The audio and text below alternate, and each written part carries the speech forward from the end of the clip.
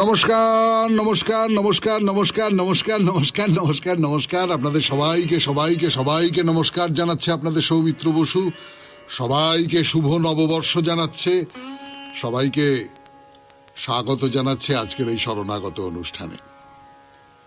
আজকে নববর্ষ, পয়লা বৈশাখ, সেই কারণে বিশেষ করে আপনাদের সম্বোধন করছি। বিশেষ করে বলতে চাইছি যে আপনাদের সকলের গোটা বছরটা খুব খুব খুব ভালো কাটুক। আগের বছরে অনেক ক্লিন্নতা জমা হয়েছে, আগের বছরে অনেক পরাভব জমা হয়েছে, আগের বছরে অনেক কষ্ট পেয়েছেন, দুঃখ পেয়েছেন, আনন্দও পেয়েছেন, কিন্তু নতুন বছরটা খুব আনন্দে কাটুক। নববর্ষের আরম্ভ, হাল খাতার দিন, নতুন খাতা, ব্যবসায়ীরা নতুন খাতা শুরু করবেন। এবং খুব মনে পড়ে যাচ্ছে আমাদের বাড়ির কাছে গড়িয়াহাটের বাজার, সেইখানে আমরা খুব দল বেঁধে চলে যেতুম এবং গিয়ে এক একটা দোকানে ঢুকে পড়তুম। তারাও একটা করে মিষ্টির প্যাকেট দিত এবং একটু শরবত দিত, এক গ্লাস করে শরবত দিত। সেইগুলো খেতাম, এরকম দোকানে ঘুরে ঘুরে ঘুরে ঘুরে নানান জায়গায় ঘুরে বেড়াতাম। এইসব খুব মজাদার সেই সমস্ত দিন ছিল সন্ধেবেলা। তো সেই হালখাতা মহরত বাংলায় 1432 সাল শুরু হলো। এর বাইরে হুগলি জেলার কোন্নগরে বাসি চড়ক পুজো ও মহামেলা, আসামে বহাগ বিহু বা রঙ্গালী বিহু উৎসব, এই সব নিয়ে আজকের তারিখটা। এবারে বেনি মাধবশীলের পঞ্জিকা অনুযায়ী আজকের দিনটার কথা বলি। আজকে পয়লা বৈশাখ 1432, ইংরেজির 15 এপ্রিল 2025, মঙ্গলবার, দ্বিতীয়া। সূর্যোদয়ের সময় ভোর 5:21, সূর্যাস্তের সময় বিকেল 5:54। নক্ষত্র বিশাখা।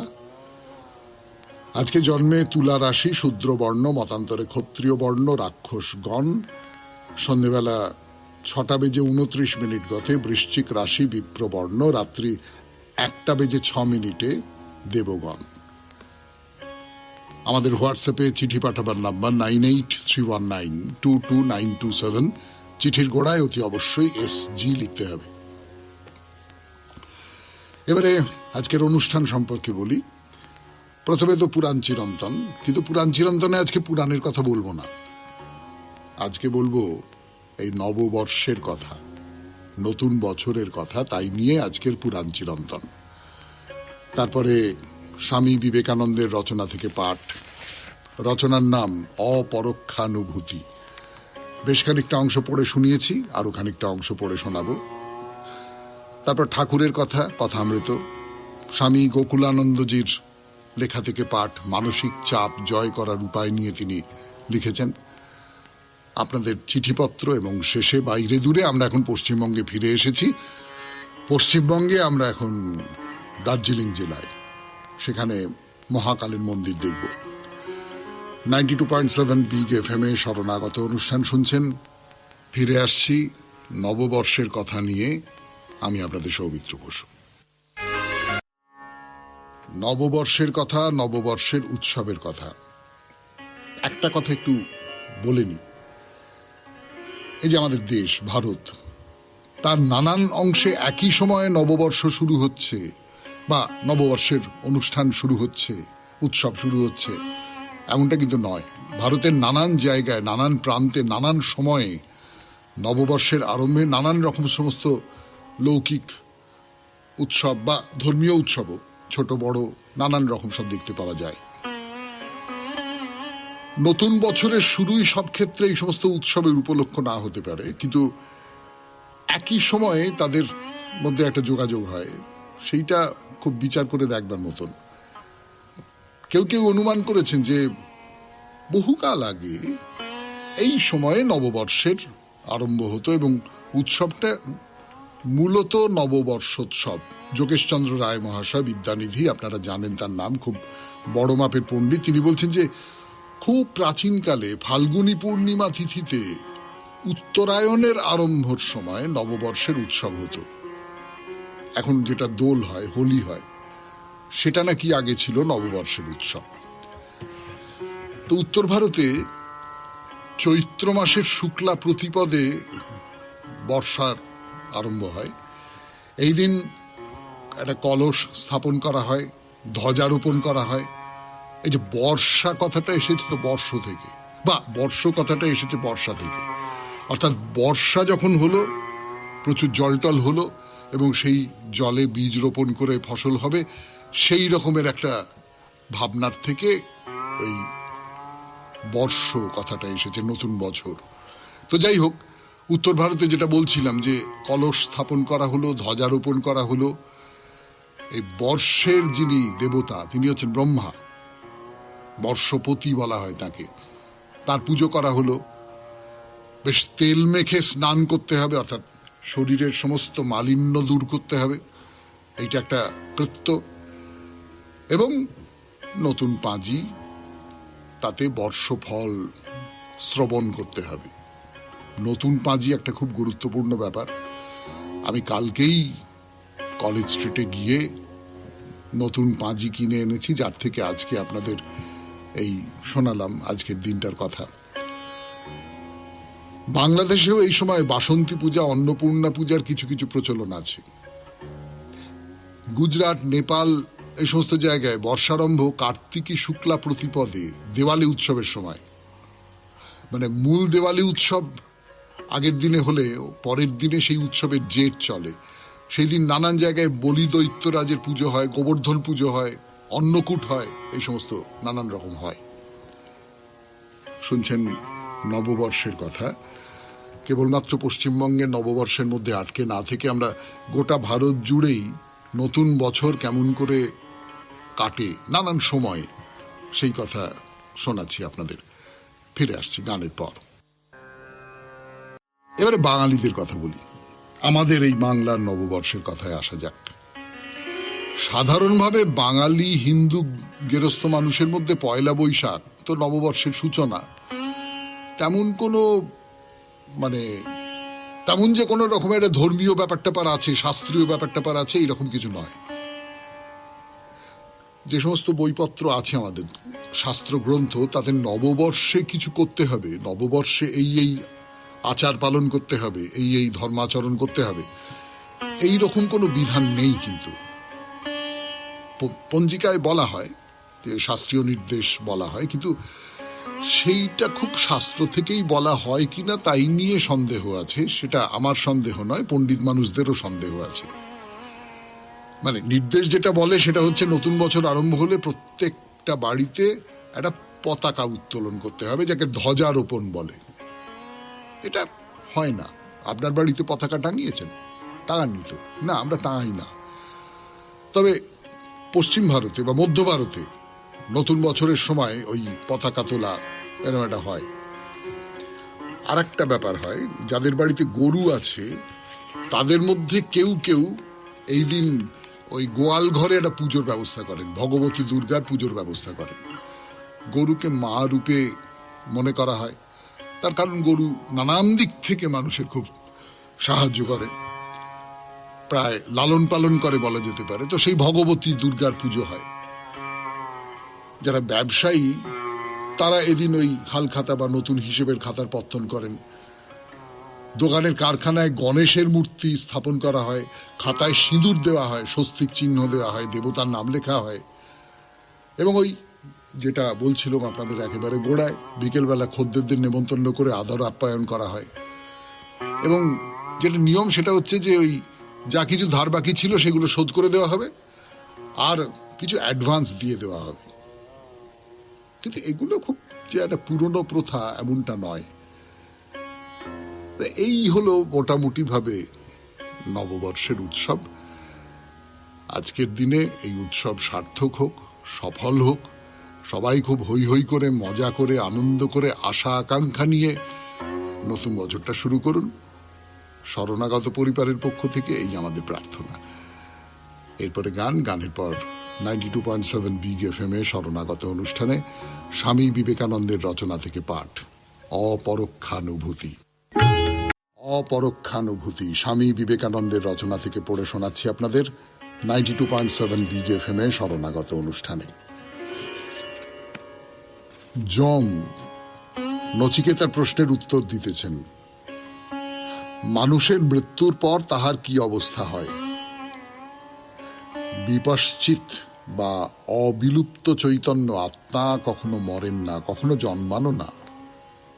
ইনি কোনো কিছু হইতে উৎপন্ন হন না। ইনি অজ, নিত্য, শাশ্বত ও পুরাণ। দেহ নষ্ট হইলেও ইনি নষ্ট হন না।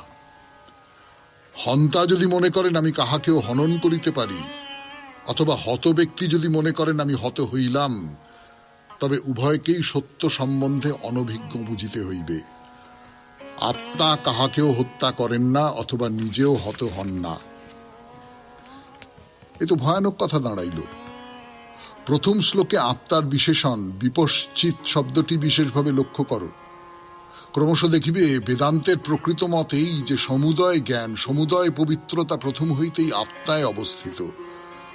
কোথাও হয়তো উহার বেশি প্রকাশ, কোথাও বা কম প্রকাশ, এইমাত্র প্রভেদ। মানুষের সহিত মানুষের অথবা এই ব্রহ্মাণ্ডের যে কোনো বস্তুর পার্থক্য প্রকারগত নয়, পরিমাণগত।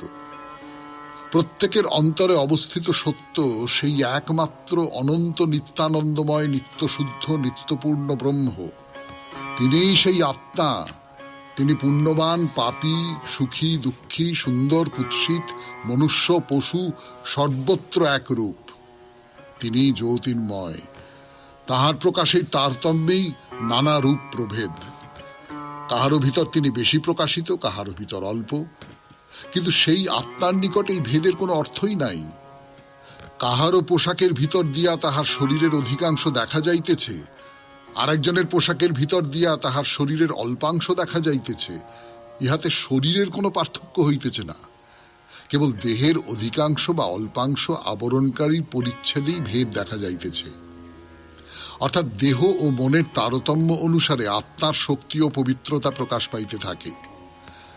অতএব এইখানে বুঝিয়া রাখা ভালো যে বেদান্ত দর্শনে ভালো মন্দ বলিয়া দুইটি পৃথক বস্তু নাই। সেই এক জিনিসই ভালো মন্দ, দুই হইতেছে, আর উহাদের মধ্যে বিভিন্নতা কেবল পরিমাণগত, এবং বাস্তবিক কার্যক্ষেত্রেও আমরা তাহাই দেখিতেছি। আজ যে জিনিসকে আমরা সুখকর বলিতেছি, কাল আবার একটু ভালো অবস্থা হইলে তাহা দুঃখকর বলিয়া ঘৃণা করিব। অতএব বাস্তবিক বস্তুটির বিকাশের বিভিন্ন মাত্রার জন্যই ভেদের উপলব্ধি হয়। সেই জিনিসটিতে বাস্তবিক কোনো ভেদ নাই। বাস্তবিক ভালো মন্দ বলিয়া কিছু নাই। যে অগ্নি আমার শীত নিবারণ করিতেছে, তাহাই কোনো শিশুকে দগ্ধ করিতে পারে? ইহা কি অগ্নির দোষ? অতএব যদি আত্মা শুদ্ধ স্বরূপ ও পূর্ণ হয়, তবে যে ব্যক্তি অসৎ কার্য করিতে যায়, সে স্বরূপের বিপরীত আচরণ করিতেছে, সে নিজ স্বরূপ জানে না। ঘাতক ব্যক্তির ভিতরেও শুদ্ধ স্বভাব আত্মা রহিয়াছেন। সে ভ্রমবশত উহাকে আবৃত রাখিয়াছে মাত্র, উহার জ্যোতি প্রকাশ হইতে দিতেছে না। আর যে ব্যক্তি মনে করে সে হত হইল, তাহারও আত্মা হত হন না। আত্মা নিত্য, কখনো তাহার ধ্বংস হইতে পারে না। অনুর অনু, বৃহৎ হইতে বৃহৎ সেই সকলের প্রভু প্রত্যেক মানব হৃদয়ের গভীরে অবস্থান করিতেছেন। নিষ্পাপ ব্যক্তি বিধাতার কৃপায় তাহাকে দেখিয়া শোকশূন্য হন।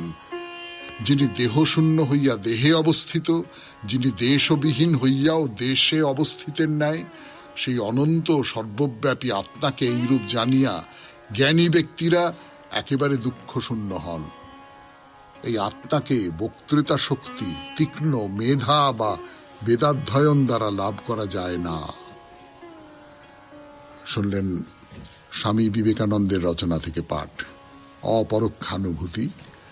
এরপর গান, গানের পর ঠাকুর শ্রী রামকৃষ্ণ পরমহংসদেবের কথামৃত। এবারে কথামৃত থেকে পাঠ 92.7 বিগ এফএম এ শরণাগত অনুষ্ঠান শুনছেন।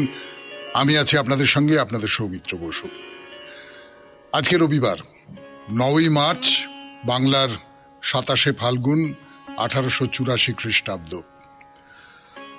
শ্রী রামকৃষ্ণ পরমহংসদেব দক্ষিণেশ্বরের মন্দিরে বসে আছেন। অনেক ভক্ত আছেন চারপাশে। মণিলাল মল্লিক আছেন, সিথির মহেন্দ্র কবিরাজ আছেন, বলরাম মাস্টার, ভবনাথ, রাখাল, লাটু, অধর, মহিমাচরণ, হরিশ, কিশোরী গুপ্ত, শিবচন্দ্র, এরা সব রয়েছেন। এখনো পর্যন্ত গিরিশ আসেননি, কালী, সুবোধ এরা আসেননি। তো এই সবাইকে নিয়ে ঠাকুর বসে আছেন। ঠাকুরের হাত ভেঙেছে। মানে হাতে ওই বাঁধা আর কি, রেলের ধারে পড়ে গিয়ে হাত ভেঙেছে, তখন ওই ভাবে বিভোর হয়েছিলেন। তো সবে তো হাতটা ভেঙেছে, হাতে খুব ব্যথা, খুব যন্ত্রণা, কিন্তু এই যন্ত্রণা কাতর অবস্থাতেই ওই প্রায় সমাধিস্থ হয়ে যান এবং ভক্তদের খুব গভীর তত্ত্ব কথা বলেন, ঈশ্বরের কথা বলেন, তার যে গভীর সমস্ত অনুভবের কথা বলেন, আশ্চর্য সব উপমা দিয়ে। সেইখানে এখনো পর্যন্ত কোনো ছেদ পড়ছে না, মানে শারীরিক কষ্টটা কোথাও নিজেকে প্রকাশ করবার ক্ষেত্রে বাধা হয়ে দাঁড়াচ্ছে না ঠাকুরের ক্ষেত্রে। এইটা মানে এটা অনেকে আছেন যারা নিজের শরীর থেকে নিজের মনকে একদম আলাদা করে নিতে পারেন। শরীরে খুব কষ্ট, কিন্তু আমি মনের দিক থেকে সবল, মনের দিক থেকে সেই কষ্টকে আমি পাত্তা দিচ্ছি না, বা সেই কষ্ট আমার মনের মধ্যে প্রবেশ করতে পারছি না, এরকমটা হয়তো বিশেষ করে সাধক মানুষ যারা, তাদের ক্ষেত্রে খুব হয়।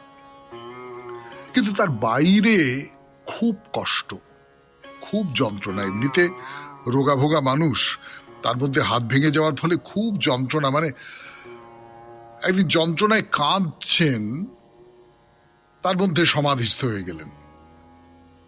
তো সমাধির পরে যখন প্রকৃতিস্থ হলেন, তখন মহিমাচরণ বা অন্য ভক্ত যারা আছেন তাদের বলছেন যে, বাবু সচ্চিদানন্দ লাভ না হলে কিছুই হলো না, ব্যাকুলতা না থাকলে হবে না। আমি কেঁদে কেঁদে ডাকতাম আর বলতাম, ওহে দীননাথ, আমি ভজন সাধনহীন, আমায় দেখা দিতে হবে। এই যে জেদ করে আমায় দেখা দিতেই হবে, মানে আমি অনেক সাধনা করলাম, অনেক তপস্যা করলাম, আমি এই করলাম সেই করলাম, আমি কিছু করলাম, তার বদলে তুমি আমাকে দেখা দাও না। আমি কিচ্ছু করিনি, আমি কিচ্ছু জানি না, কিচ্ছু জানি না, কিন্তু আমায় দেখা দিতে হবে, ব্যাস। আমি কোনো কথা শুনবো না, আমাকে দেখা দিতে হবে। এই যে আবদার, এই আবদারটা যদি খুব তীব্রভাবে করা যায় তাহলে দেখা পাওয়া যায়, এটা বলেছিলেন ঠাকুর। তো সেদিন রাত্রে আবার মহিমাচরণ, অধর, মাস্টার এরা সব বসে আছেন। ঠাকুর কি বলছেন, ঠাকুর কি বলছেন বলবার জন্য ফিরে আসছি গানের পর। 92.7 বিগ FM এ শুনছেন শরণাগত। আমি আছি আপনাদের সঙ্গে, আপনাদের সৌমিত্র বসু। গান শেষ করে কথা শুরু করছে আপনাদের সৌমিত্র বসু 92.7 বিগ FM এ শরণাগত অনুষ্ঠানে। তো শ্রীরামকৃষ্ণ বসে রয়েছেন, মহিমাচরণরা রয়েছেন সব। তো ঠাকুর বলছেন যে একরকম আছে অহেতুকী ভক্তি, এইটা যদি সাধতে পারো, অহেতুকী ভক্তি মানে যে ভক্তির কোনো হেতু নেই। বিরাট বড় মানুষ, অনেক টাকা পয়সা তার, অনেক ক্ষমতা তার, আমরা তার কাছে গিয়ে হাত কচলে নানান রকম বলতে পারি, হ্যাঁ আপনি কত ভালো, কত মহান, এই সমস্ত বলতে পারি। তার একটা কারণ হচ্ছে তিনি আমার খানিকটা উপকার করে দিতে পারবেন। কিন্তু আমি কিচ্ছু চাই না, আমি তোমাকে ভক্তি করি, আমি তার কারণ আমি তোমাকে ভক্তি না করে আমার কোনো উপায় নেই। আমার তোমাকে ভক্তি করতে খুব ইচ্ছে করছে, ব্যাকুল ইচ্ছে করছে আমার তোমাকে ভক্তি করতে। আমার যা যা কষ্ট হয় হোক, আমি তার জন্য তোমার কাছে কিচ্ছু বলছি না। হোক কষ্ট, হোক অভাব, হোক দারিদ্র, হোক লোকে পায়ে মারিয়ে দিয়ে চলে যাচ্ছে, যাক, আমি কিচ্ছু মনে, আমি তার জন্য তোমায় ডাকছি না, আমি তোমাকে ভালোবাসি বলে তোমায় ডাকছি। তুমি আমার খুব গভীর গোপন একটা জায়গায় আছো বলে আমি তোমাকে ডাকছি। এইটা হচ্ছে অহেতুকী ভক্তি। আর অধরকে বলছেন, এই হাতটাতে একটু হাত বুলিয়ে দিতে পারো, হাতটা ভেঙে গেছে তো মনে হচ্ছে একটু হাত বুলিয়ে দিলে বোধহয় একটু আরাম হবে। হাত বুলিয়ে দিতে গিয়ে যদি লেগে যায় তাহলে আরো ব্যথা বেড়ে যাবে, কিন্তু বাচ্চা ছেলের মতো আর কি, একটু হাত বুলিয়ে দাও না, একটু হাত বুলিয়ে দাও না, একটু হাত বুলিয়ে দিলে একটু আরাম হবে, এইরকম। তো যাই হোক, সামনে যারা বসে আছেন তারা মণিলাল মল্লিক, ভবনাথ, তারা ওই 1883-84 খ্রিস্টাব্দে এশিয়াটিক মিউজিয়ামের কাছে একটা এক্সিবিশন হয়েছিল। তো সেই এক্সিবিশনে বলছেন কত রাজারা সব বহুমূল্য জিনিস পাঠিয়েছেন, সোনার খাট এই সমস্ত পাঠিয়েছেন, সে একবারে দেখবার মতন ব্যাপার। তো ঠাকুর শুনছেন, শুনে খুব আহ্লাদ হয়েছে আর কি। বলছেন হ্যাঁ, গেলে একটা বেশ লাভ হয়। ওই যে সব সোনার জিনিস, রাজা রাজার জিনিস দেখে সব ছায়া হয়ে যায়। সেটাও অনেক লাভ। হৃদয়, কলকাতায় যখন আমি আসতাম লাট সাহেবের বাড়ি আমাকে দেখাতো, মামা ওই দেখো লাট সাহেবের বাড়ি, বড় বড় থাম। তো মা দেখিয়ে দিলেন কতগুলো মাটির ইট উঁচু করে সাজানো। ও আর কি। তো সেই রকম তোমাদের ওই যে এক্সিবিশন, ওইখানে যদি আমি যেতাম, ওইসব সোনার খাট, হ্যাঁ এসব দেখে টেকে কি, হ্যাঁ এটা চকচকের জিনিস, ও দেখে আমার কি হবে, ওর মধ্যে কি আছে। নচিকেতা কি বলেছিল না, জমকে বলেছিল যে জানি আমি অমৃত হতে পারবো না, তা নিয়ে আমার কি হবে। তো ঠাকুরও তাই, এই সাধকেরাও তাই, এইসব নিয়ে আমার কি হবে, কোনো মানে নেই এসব নেওয়ার। এই আর কি। তো ভগবান ও তার ঐশ্বর্যটা দুদিনের জন্য, আর ভগবান সত্য। বাজিকর আর তার বাজি, আমরা দেখে অবাক হই বাজিকরের বাজি, কিন্তু সব মিথ্যে, বাজিকরটাই সত্যি। বাবু আর তার বাগান, বাগান দেখে বাগানের মালিক বাবুকে সন্ধান করতে হয়। শুনলেন কথামৃত থেকে পাঠ 92.7 বিগ FM এ শরণাগত অনুষ্ঠানে। এবার স্বামী গোকুলানন্দের রচনা থেকে পড়ে শোনাবো। রচনার নাম মানসিক চাপ জয় করার উপায়। ফিরে আসছি গানের পর। আমি গোকুলানন্দের রচনা থেকে পড়ে শোনাচ্ছি। মানসিক চাপ জয় করার উপায় নিয়ে তিনি লিখেছেন। 92.7 বিগ FM এ শরণাগত অনুষ্ঠানে শোনাচ্ছি সেই লেখা। আগের দিন একটা গল্প বলেছিলাম, স্বামী স্ত্রী। স্বামী খুব উচ্চশিক্ষিত, ভালো চাকরি করেন, কিন্তু স্ত্রী তাতে সন্তুষ্ট নন, আরো চাই আরো চাই আরো চাই আরো চাই। তিনি ওই গোকুলানন্দজিকে বলছেন যে আমি সুখী নই। কেন, আরো রোজগার করবে না কেন, আরো নাম হবে না কেন, আরো ক্ষমতা হবে না কেন, মানে আরো আরো আরো আরো তো কোনো শেষ নেই। এইরকম ঘর সংসারে তো থাকে। এবারে পড়ি তারপর থেকে। এই গল্পটার ঠিক বিপরীতে আর এক মহিলার কথা শোনাই, যার মতো সহমর্মী স্ত্রী বোধহয় খুব কমই আছেন। 1992 সালে আমি যখন ফ্র্যাঙ্কফুর্টে গিয়েছিলাম, আমি সেখানকার এক ভক্ত পরিবারের অতিথি হয়েছিলাম। তারা আমাকে অত্যন্ত যত্নার্থী করলেন। তাদের গাড়িতে করে নিয়ে গেলেন ফ্র্যাঙ্কফুর্ট থেকে জেনেভা। লোক হিসেবে সত্যিই তাদের জুড়ি মেরা ভার। পরিবারটি ভারী সুন্দর, খুব সুন্দর তাদের কন্যা দুটিও। ভারতবর্ষে ফিরে শুনলাম ভদ্রলোকের চাকরিটা গেছে। খবরটা আমার কাছে মর্মান্তিক মনে হলো। সৌভাগ্যক্রমে ভদ্রলোকের স্ত্রী চাকরি করতেন, আর সেই সঙ্গে ওইসব দেশে বেকারদের জন্য বিশেষ ভাতার ব্যবস্থা আছে। সংসার চালাতে সংগ্রাম শুরু করলেন মহিলা। স্বামীকে উজাড় করে দিলেন তার সহানুভূতির ডালি। পরম আদরে তাকে বললেন, কেন তুমি ভেঙে পড়ছো, সুদিন আমাদের আসবেই আসবে, আমি তো তোমার সঙ্গে আছি, আমি তো রোজগার করছি, কেন পারবো না আমি সংসার চালাতে। কিছুদিন পরই আমি ভদ্রমহিলার কাছ থেকে একটা টেলিফোন পেলাম। জানলাম ভদ্রলোক খুব ভালো একটা চাকরি পেয়েছেন। আমি আনন্দ আবেগে অভিভূত হয়ে গেলাম। দেখুন, ভদ্রলোক কিন্তু চাকরি খোয়ানোর এই তুমুল মানসিক যন্ত্রণাকে সহ্য করতে পেরেছেন শুধুমাত্র তার ওই মহীয়সী স্ত্রীর জন্য। স্বামীকে নাকানি চোবানি খাওয়ানো আগের ভদ্রমহিলার সঙ্গে কি বিশাল পার্থক্য এই দ্বিতীয় মহিলার। শুধু স্ত্রী কেন, এমন অনেক স্বামীও আছেন অনুদারতা যাদের মাত্রা ছাড়া। এই দিল্লিরই একটা ঘটনার কথা বলি। ভদ্রলোক ভদ্রমহিলা মানে স্বামী স্ত্রী দুজনেই বেশ উঁচু পদে কাজ করতেন। কর্মদক্ষতায় আর সুপরিশ্রমে ভদ্রমহিলার বেতন হঠাৎ বেশ বেড়ে গেল। কি আশ্চর্য, স্বামী ঈর্ষায় জ্বলতে শুরু করলেন। তার মনে হলো, কেন আমার স্ত্রী বেশি বেতন পাবে, আমি বা কম পাবো কেন। স্বামী ভদ্রলোক হীনমন্যতায় ভুগতে শুরু করলেন। স্ত্রীর ওপর শুরু করলেন অযৌক্তিক বাড়াবাড়ি। স্ত্রী অফিস থেকে দেরি করে বাড়ি ফিরলেই স্বামীর রোষ ও কষায়িত প্রশ্ন, এত দেরি কেন। প্রায় তিনি মহিলার অফিসে ফোন করে তাকে বিব্রত করে তুলতেন, ফেলতেন অস্বস্তির মধ্যে। এমন অবুঝ সত্যি খুব কমই দেখা যায়। স্ত্রী অফিস থেকে ক্লান্ত হয়ে বাড়ি ফিরতেই ভদ্রলোক হুকুম করতেন, শিগগির আমার খাবার করে দাও। আবার ধরুন পরদিন সকালে হয়তো ভদ্রমহিলাকে একটু তাড়াতাড়ি অফিসে যেতে হবে, ভদ্রলোক কিন্তু নাছোড়বান্দা হেঁকে বললেন, এত তাড়াতাড়ি অফিস চললে যে, আমার জামা কাপড়গুলো ইস্ত্রি করে তবে তো অফিস যাবে। এসব ব্যাপারগুলো সত্যিই বড় যন্ত্রণাদায়ক, কিন্তু কোনো কোনো পরিবারে এটাই চলমান সত্য।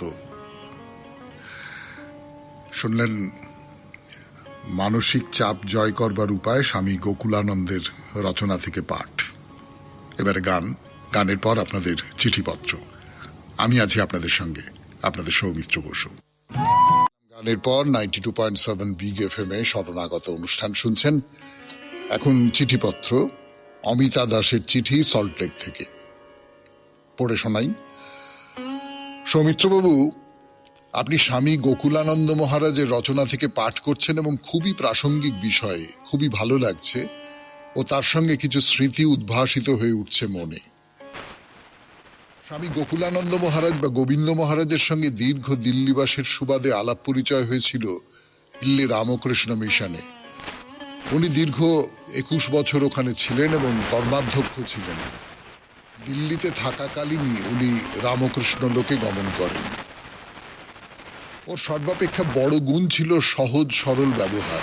অত্যন্ত সহজভাবে সকলের সঙ্গে কথা বলতেন এবং যা বলতেন জোর দিয়ে বলতেন। আর রসবোধ ছিল। ওর কথা শুনতে ভালো লাগতো।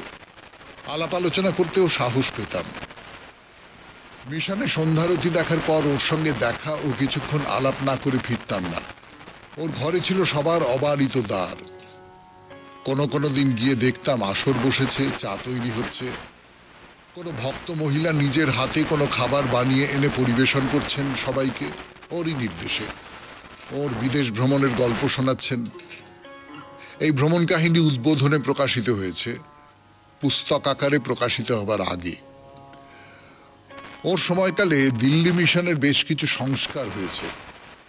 ওর একটি গুরুত্বপূর্ণ এবং উল্লেখযোগ্য কাজ, প্রার্থনা গৃহে শ্রী শ্রী ঠাকুরের বেদির দুই পার্শ্বে চমৎকার অলঙ্কৃত কাঠের সিংহাসনে শ্রী শ্রী মা ও স্বামীজির ছবির অধিষ্ঠান, যা এখনো দেখতে পাবেন দিল্লি রামকৃষ্ণ মিশনে গেলে। এছাড়া অন্যান্য সংস্কারের কাজও করেছেন। অত্যন্ত কাজের মানুষ ছিলেন। খুব তাড়াতাড়ি রামকৃষ্ণ লোকে চলে গেলেন। তার অভাব আজও অনুভব করি। সশ্রদ্ধ প্রণাম জানাই তার উদ্দেশ্যে। নমস্কারান্তে, অমিতা দাস, সল্টলেক সিটি। ধন্যবাদ অমিতা দেবী, যার লেখা থেকে পড়ে শোনাচ্ছি এবং আমার নিজের তো মনে হয়েছিল অত্যন্ত প্রয়োজনীয় লেখা। আজকের এই পৃথিবীতে, প্রায় উন্মাদ পৃথিবী বলা যেতে পারে, সেই রকম একটা পৃথিবীতে অত্যন্ত গুরুত্বপূর্ণ এই লেখা। আপনি মানুষটির সম্পর্কেও আমাদের একটা ধারণা করে দিলেন, তার জন্য আপনাকে অনেক ধন্যবাদ। এরপর গানের পর 92.7 বিগ এফএম এ শরণাগত অনুষ্ঠানে বাইরে দূরে। আমরা গোটা ভারত ভ্রমণ করে শেষ পর্যন্ত চলে এসেছি পশ্চিমবঙ্গে, আপাতত দার্জিলিংয়ে। মহাকাল মন্দিরের কথা বলতে বসেছি আপনাদের 92.7 বিগ এফএম এ শরণাগত অনুষ্ঠানে। তো মহাকাল মন্দিরে যাবার আগে দার্জিলিং নিয়ে দুটো চারটে কথা। এই দার্জিলিং, এই শব্দটা কোথা থেকে এলো তাই নিয়ে কথা বলছিলাম আপনাদের সঙ্গে। তো দার্জিলিং কথাটা, তার মানে একটা মানে, গতদিন এই নিয়ে কথা হচ্ছিল যে পাথর যারা একে অন্যের সঙ্গে কথা বলে, আহা হা, কি ভালো কথাটা না, একবারে কবিতার মতন লাগে না? যে একটা পাথর আরেকটা পাথর আরেকটা পাথর আরেকটা পাথর জড়ো করে করে করে করে এই যে পাহাড়, এই পাহাড়ের প্রত্যেকটা পাথর অন্যের সঙ্গে কথা বলছে। কি সুন্দর ভাবনা। হ্যাঁ, অবশ্য দার্জিলিং শব্দটা কোত্থেকে এলো তাই নিয়ে আর একটা মত আছে, সেটাও বলি আপনাদের। তিব্বতী ভাষায় দর্জে বলে একটা শব্দ আছে। দর্জে, আমাদের হিসেবে তিনি হচ্ছেন বজ্রের দেবতা। দর্জে বজ্রের দেবতা, অর্থাৎ ইন্দ্র। আর লিং হচ্ছে জায়গা, মানে ইন্দ্রের জায়গা হচ্ছে দার্জিলিং। এই আর একটা মত, আরো মত আছে। তার মধ্যে কোনটা ঠিক কোনটা ভুল সেটা বলবার অধিকার তো আমার নেই, সে পণ্ডিতেরা বলতে পারবেন, আমি সেই অনধিকার চর্চার মধ্যে যাব না। তবে যদি আমাকে জিজ্ঞেস করেন যে এই দুটো নামের মধ্যে কোনটা আপনার, মানে এই দুটো উৎপত্তির মধ্যে কোনটা আপনার বেশি পছন্দ, আমি কিন্তু প্রথমটাই বেছে নেব। এই পাথরে পাথরে ফিস ফিস ফিস ফিস করে কথা বলা, ফিস ফিসটা নেই, ওটা আমি বানালাম, এইটাই আমার বেশি পছন্দ। তো যাই হোক, পাথরে পাথরে কথা বলা দেশ হলো দার্জিলিং। সে যাই হোক, ছোটবেলা থেকে দার্জিলিং ছিল কি বলবো আমাদের কাছে বেড়াতে যাওয়ার জায়গা, বিশেষ করে গরমকালে। এই দার্জিলিং এর মধ্যে দার্জিলিং শহর ছাড়া, তো দার্জিলিং জেলার কথা বলছি আমরা, দার্জিলিং শহর ছাড়া আরো আরো অনেকগুলো জায়গা রয়েছে এই জেলার মধ্যে, সেগুলো খুব ঘুরে বেড়ানোর পক্ষে ভালো। আর এখন তো এই দার্জিলিং অঞ্চলে, এই জেলায় প্রচুর, প্রায় তো দেখি নতুন নতুন রিসর্ট তৈরি হচ্ছে, নতুন নতুন থাকবার জায়গা তৈরি হচ্ছে, হোমস্টে যাকে বলে সেসব তৈরি হচ্ছে। মানুষজন, ওখানকার স্থানীয় মানুষ, তারা একটা আলাদা ঘর, একটা দুটো ঘর করে দিচ্ছেন, সেইখানে পর্যটকরা আসেন, এসে হয়তো বাস করে চলে গেলেন, একসঙ্গে বেশ বাড়ির মতন করে থাকা টাকা হলো, তাদের সঙ্গে আলাপ পরিচয়ও হলো। এরকম করে হোমস্টেতে আপনারাও নিশ্চয়ই অনেকে থেকেছেন, আমিও থেকেছি। আমার তো বাবু এই হোটেল টোটেলে থাকার চেয়ে অনেক বেশি ভালো লাগে হোমস্টে। তো যাই হোক, এমনিতে দার্জিলিং শহরে প্রায় দাঁড়াবার জায়গা নেই না।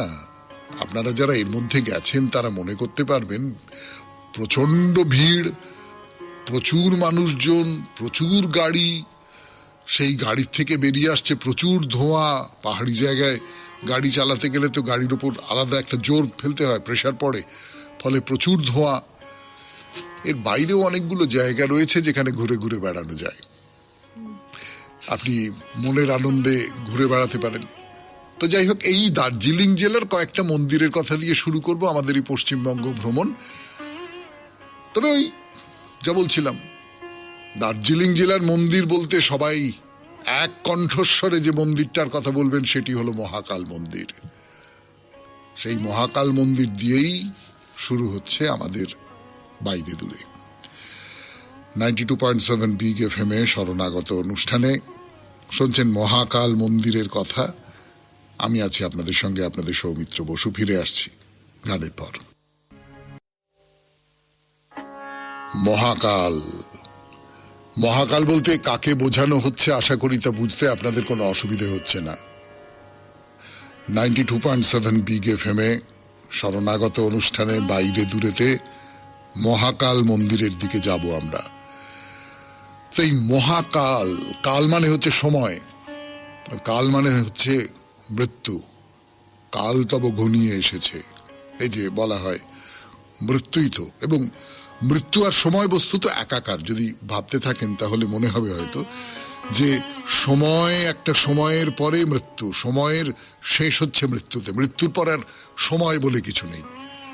যিনি মারা গেলেন তার কাছে সময়ের আর কোনো দাম নেই। জন্ম থেকে সময় গণা শুরু হলো, মৃত্যুতে সময় গোনা শেষ হলো। তো এই যে কাল বা মৃত্যু বা প্রলয় বা যা কিছু বলুন না কেন, সৃষ্টি এবং ধ্বংস, তার মাঝখানে আছে স্থিতি। তো এই যে ধ্বংসের দেবতা হচ্ছেন শিব। এই শিবের মন্দির তৈরি হয়েছিল 1782 খ্রিস্টাব্দে। তৈরি করিয়েছিলেন একজন লামা, তার নাম দোর্জে রিনজিং। আর বললাম বটে, মহাকালের মন্দির হচ্ছে শিবের মন্দির, মহাদেবের মন্দির। কিন্তু যদি ইতিহাসটা দেখেন তাহলে দেখতে পাবেন যে এটা মহাকালের মন্দির হিসেবে নয়। মানে এটা অষ্টাদশ শতাব্দীর মাঝামাঝি সময়েও মহাদেবের মন্দির বা মহাকালের মন্দির ছিল না। এটা ছিল একটা বৌদ্ধ মঠ বা মনস্টারি। এই মঠের নাম ছিল দার্জিলিং। তৈরি করিয়েছিলেন একজন লামা, তার নাম রিমজিং। তৈরি হয়েছিল 1765 খ্রিস্টাব্দে। দার্জিলিং বলা বাহুল্য এমন একটা জায়গা যেখানে এই মঠটা ছিল, এই মনস্টারিটা ছিল, সেটাকে সকলে খুব পবিত্র জায়গা বলে মনে করতেন। এবং যারা বৌদ্ধ তাদের মধ্যে লেপচারা ছিলেন, ভুটিয়ারা ছিলেন, তারা এই বৌদ্ধ মঠে এসে নিয়মিত পুজো দিয়ে যেতেন। 1788 খ্রিস্টাব্দে গোর্খা সেনাবাহিনী এখানে আসে এবং এই মঠটাকে ধ্বংস করে দেয়। আজকের শরণাগত এই পর্যন্তই থাক। 92.7 বিগ FM এ শরণাগত অনুষ্ঠানে হোয়াটসঅ্যাপে চিঠি পাঠাবার নাম্বার 9831922927। চিঠির গোড়ায় অতি অবশ্যই SG লিখতে হবে। আপনাদের সবাইকে আরো একবার নববর্ষের শুভেচ্ছা, শুভকামনা জানিয়ে এইবার রবীন্দ্রনাথের কবিতা। যখন দেখা হলো তার সঙ্গে চোখে চোখে, তখন আমার প্রথম বয়স। সে আমাকে শুধালো, তুমি খুঁজে বেড়াও কাকে?